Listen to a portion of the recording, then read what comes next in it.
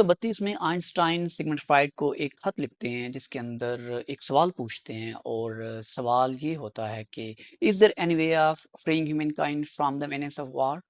यानी कि क्या कोई ऐसा तरीका है कि इंसान को जंग की होलनाकी या तबाही से बचाया जा सके? अब इस तनाज़ुर में याद रहे कि 1932 या 1930s का एरा जो है उस वक़्त दुनिया वर्ल्ड वॉर 1 से गुज़र चुकी थी, वर्ल्ड वॉर 2 की तरफ जा रही थी और दुनिया के अंदर एक बड़ी इंस्टेबिलिटी और chaos सा था। और दूसरी तरफ जर्मनी के अंदर नाज़िज़्म का भी एक शोर था। सो इस तनाज़ुर में ये सवाल करते हैं आइंस्टाइन सिगमंड फ्राइड से।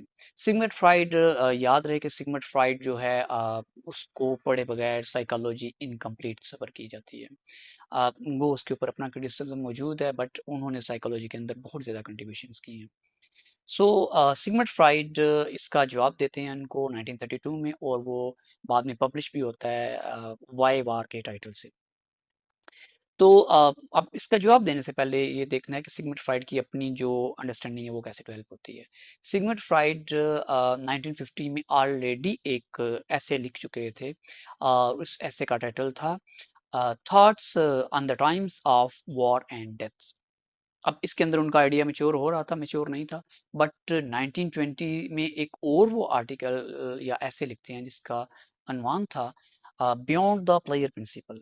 इसके अंदर थोड़ा-सा उनके आइडिया के अंदर यानी कि इंसान को समझने की उनकी जो अंडरस्टैंडिंग है वो ज़्यादा स्ट्रॉन्ग हो जाती है।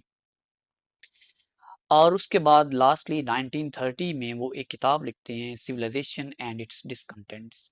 सो इन 3 जो उनकी ये जो कंट्रीब्यूशंस हैं साइकोलॉजी के अंदर ह्यूमन पर्सनैलिटी को समझने के लिए, इसके अंदर वो जो क्रक्स है वो फिर इसको रिस्पॉन्ड करते हैं आइंस्टाइन को। आइंस्टाइन को फिर वो रिप्लाई करते हैं जिसमें उसको वो उनको वो सराहते हैं और उनकी तारीफ़ करते हैं।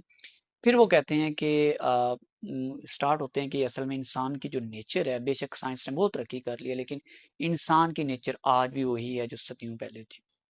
और इंसान के अंदर बुनियादी तौर पे 2 ड्राइव्स पाई जाती हैं। एक ड्राइव को वो नाम देते हैं एरोस का और दूसरी को थानाटोस का। ये ग्रीक माइथोलॉजी से उन्होंने लिए हुए हैं। सो एरोस से मुराद ये है कि desire, pleasure, cooperation, bonding, flourishing. यानी एक पॉजिटिव टर्म है जिसके अंदर क्रिएटिविटी इस तरह की चीज़ें आती हैं और इंसान क्रिएटिविटी की तरफ चलता है।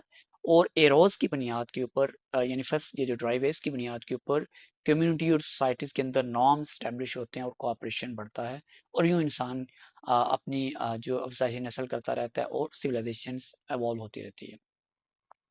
जो दूसरी है थानाटोस, इसको वो कहते हैं कि ये एक डिस्ट्रक्शन ड्राइव है। इसके अंदर एग्रेशन पाया जाता है। इसके अंदर एक डेथ प्रोन एक रवैया पाया जाता है। और बहुत से लोग ऐसे होते हैं जो वार प्रोन होते हैं, सो इसका मतलब ये है कि एरोस की बजाय उनका जो थानाटोस वाली ड्राइव है, वो ज़्यादा एक्टिव होती है।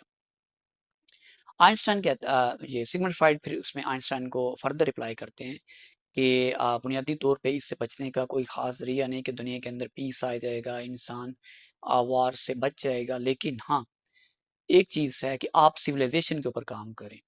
सिविलाइज़ेशन मीन्स यानी रूल्स, रेगुलेशन, नॉर्म्स रिलीजन, ये सारी चीज़ें जो हैं ये इंसान को सिविलाइज़्ड बनाती हैं और उसके बाद उसका जो थानाटोस है या एग्रेसिव ड्राइव है उसको कंट्रोल करने में हेल्प आउट करती हैं।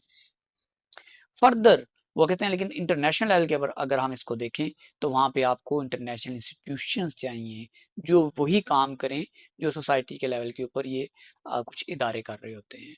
तो तब जाके शायद कहीं पे स्टेबिलिटी या पीस आ जाए, अदरवाइज़ ये पॉसिबल नहीं है। सो बुनियादी तौर पे इसका अगर हम क्रक्स निकालें तो जितनी भी दुनिया के अंदर पीस एफर्ट्स हो रही हैं अच्छी बात है बट टेम्परेरीली होती हैं। उसकी रीज़न ये है कि इंसान के अंदर चूँकि इन्हेरेंटली ऐसी ड्राइव मौजूद है जो कि वार प्रोन है। सो इसलिए बड़ी हद तक पीस बहरहाल एक इल्यूजन लगता है।